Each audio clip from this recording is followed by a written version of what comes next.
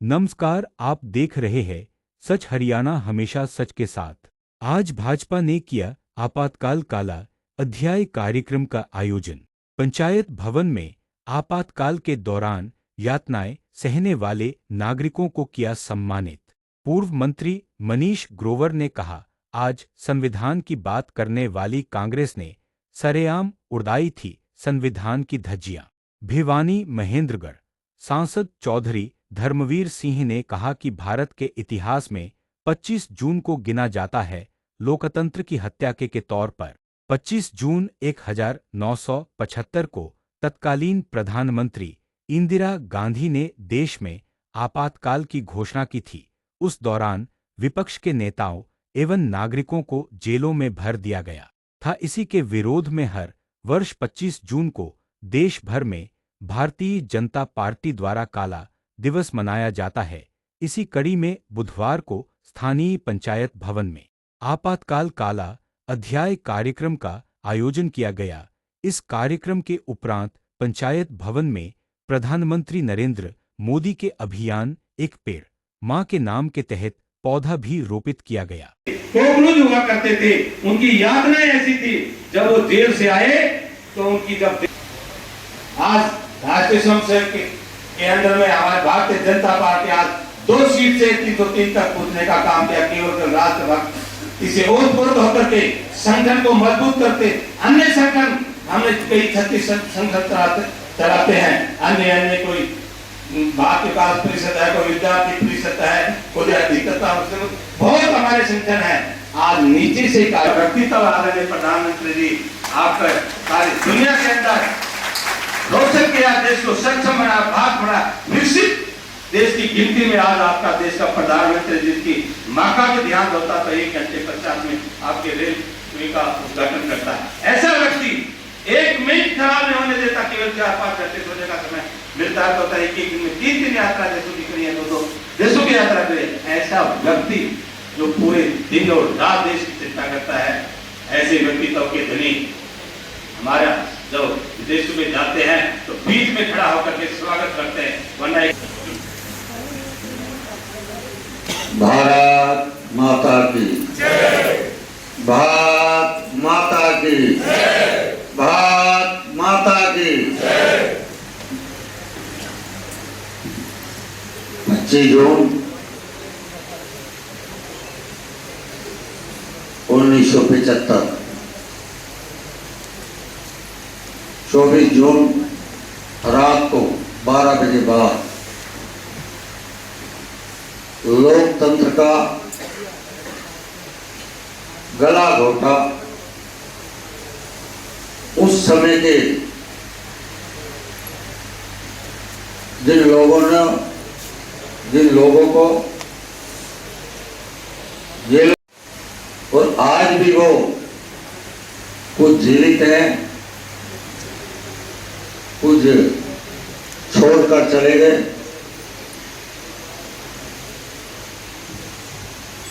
उस आपातकाल की काली रात इस जनता को बताने के लिए कि कांग्रेस का किस तरह का कार्यकाल रहा, उस बीच में पार्टी के हमारे भारतीय जनता पार्टी के जिलाध्यक्ष राजेंद्र कौशिक जी, हमारी बहन प्रदेश की सचिव यहाँ की प्रभारी रेणु डावला जी, मेरे साथी अभी बोल कर गए हैं पूर्व जिलाध्यक्ष दयाराम जी, श्री नंदराम धानिया जी, बहन मीना परमार जी, श्री संदीप सोरान जी ठाटे। अभी कौशिक जी बता रहे थे कि बुजुर्ग शर्मा जी 90 साल की उम्र में भी आज आपातकाल को जो उन्होंने उस समय की इनके साथ जो सरकार ने कांग्रेस थी उनके साथ जो इनके साथ जाति की, और ऐसे और 25 लोग करीब यहाँ आज बैठे हैं, उनको आज हम सम्मानित करेंगे कि लोकतंत्र का जिस तरह में लड़ाई लड़ी उस तक गला घोट रहे थे।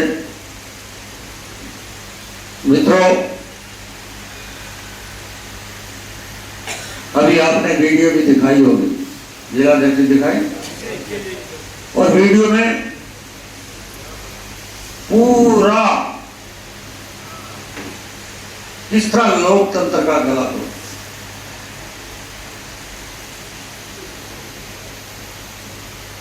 जो कांग्रेस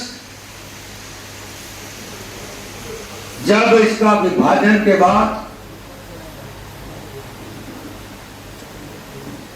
पंडित जवाहरलाल नेहरू जी को अंग्रेज छोड़ गए, अंग्रेज चले गए, परंतु अंग्रेजों वाली सोच भारत पर फिर लाती पंडित जवाहरलाल नेहरू। उसी रास्ते पे चलते हुए ये कांग्रेस परिवार, उसी रास्ते पे कांग्रेस के देश की आजादी पर हमारे लोगों ने जो लड़ाइयां लड़ी, देश आजाद करवाया। देश आजाद जरूर हो गया, परंतु कांग्रेस जब सत्ता में आई, किस तरह देश के साथ धोखा किया। वो धोखा 5-6 साल का कार्यकाल छोड़ दें अटल बिहारी वाजपेयी जी का, वर्तमान का 11 साल मोदी जी का, उस बीच में 50 साल का कार्यकाल जो कांग्रेस का रहा, अंग्रेजों की नीतियों से कम नहीं रहा। जो अंग्रेजों ने हमें उस समय आजादी के समय हमें उत्पीड़ना दी थी, हमारे महापुरुषों को किस तरह जेलों में डाला था, लाखों लोगों ने उस समय आजादी के लिए लड़ाई लड़ी थी, उस लड़ाई को देश तो आजाद किया, परंतु पंडित जी ने क्या किया, देश जब आजाद हो गया, एक कुर्सी के चक्कर में बंटवारा हो गया। बंटवारा, मुसलमान पाकिस्तान में जाएंगे, हिंदू हिंदुस्तान में रहेंगे। क्या किया आपने? आजादी के बाद वोटों के चक्कर में आपने वक्फ बोर्ड बना दिया। आपको वक्फ बोर्ड बनाने की क्या जरूरत थी?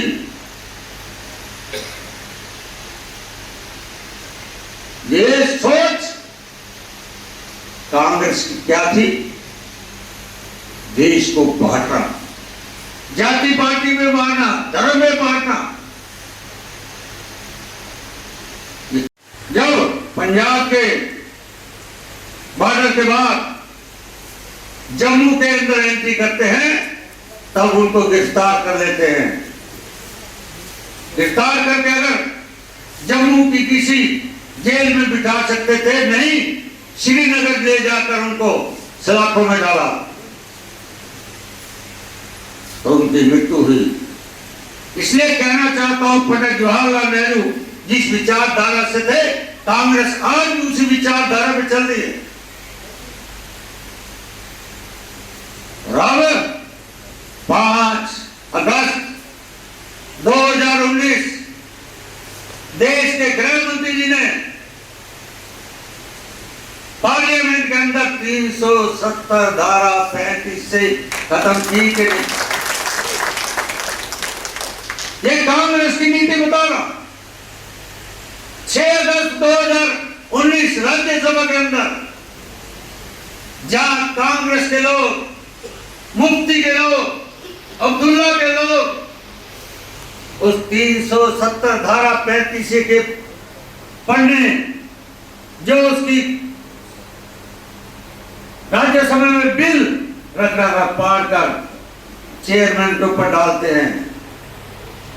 उन्होंने कहा कि 370 धारा 35 छेड़ दी तो देश में आग लग जाएगी। भूचाल आ जाएगा। क्या आया? क्या आया भूचाल? कहीं आया करंट? 6 अगस्त 2019 राज्यसभा के अंदर देश के प्रधानमंत्री जी ने लोकतंत्र तरीके से 370 धारा 35 के तहत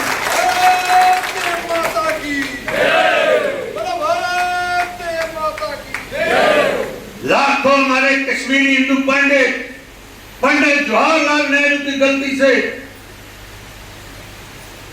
हमारे हिंदू समाज ने भुगता।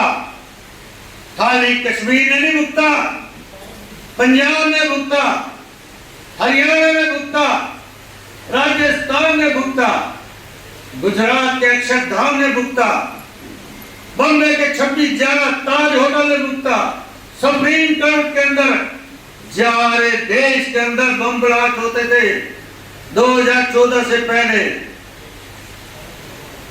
1984 में सिखों के ऊपर भी जिस तरह अत्याचार किए गए, ये सोच कांग्रेस की है। एक कांग्रेस की गलत विचारधारा से देश के भुगता। मैं पूछना चाहता हूं कांग्रेस के मित्रों से, पूर्वांचल के स्टेटस के साथ क्या किया आपने? पंडित जवाहरलाल नेहरू जी ने कहा कि पूर्वांचल की स्टेटों के अंदर पैसा देके ईसाइयों को खड़ा कर दिया, हिंदू धर्म को परिवर्तन में लाया। तो मैंने कहा आजाद देश हो गया, तिरंगा लहरा चुका था, शहीद भगत सिंह, राजगुरु सुभाष चंद्र बोस, शहीद मदनलाल धिंगड़ा, इन लोगों ने कुर्बानी दी थी। पंडित जवाहरलाल नेहरू ने कन्याकुमारी से लेकर जम्मू कश्मीर के जो हमारे ताकतवर स्टेट थी उनको कमजोर कर दिया। वहां पर पूर्वांचलों के अंदर स्टेटों के अंदर जाकर ईसाइयों को खड़ा कर दिया, हमारे बॉर्डर कमजोर करने की कोशिश की। इसलिए आज वही पूर्वांचल के स्टेट हैं, मणिपुर हो,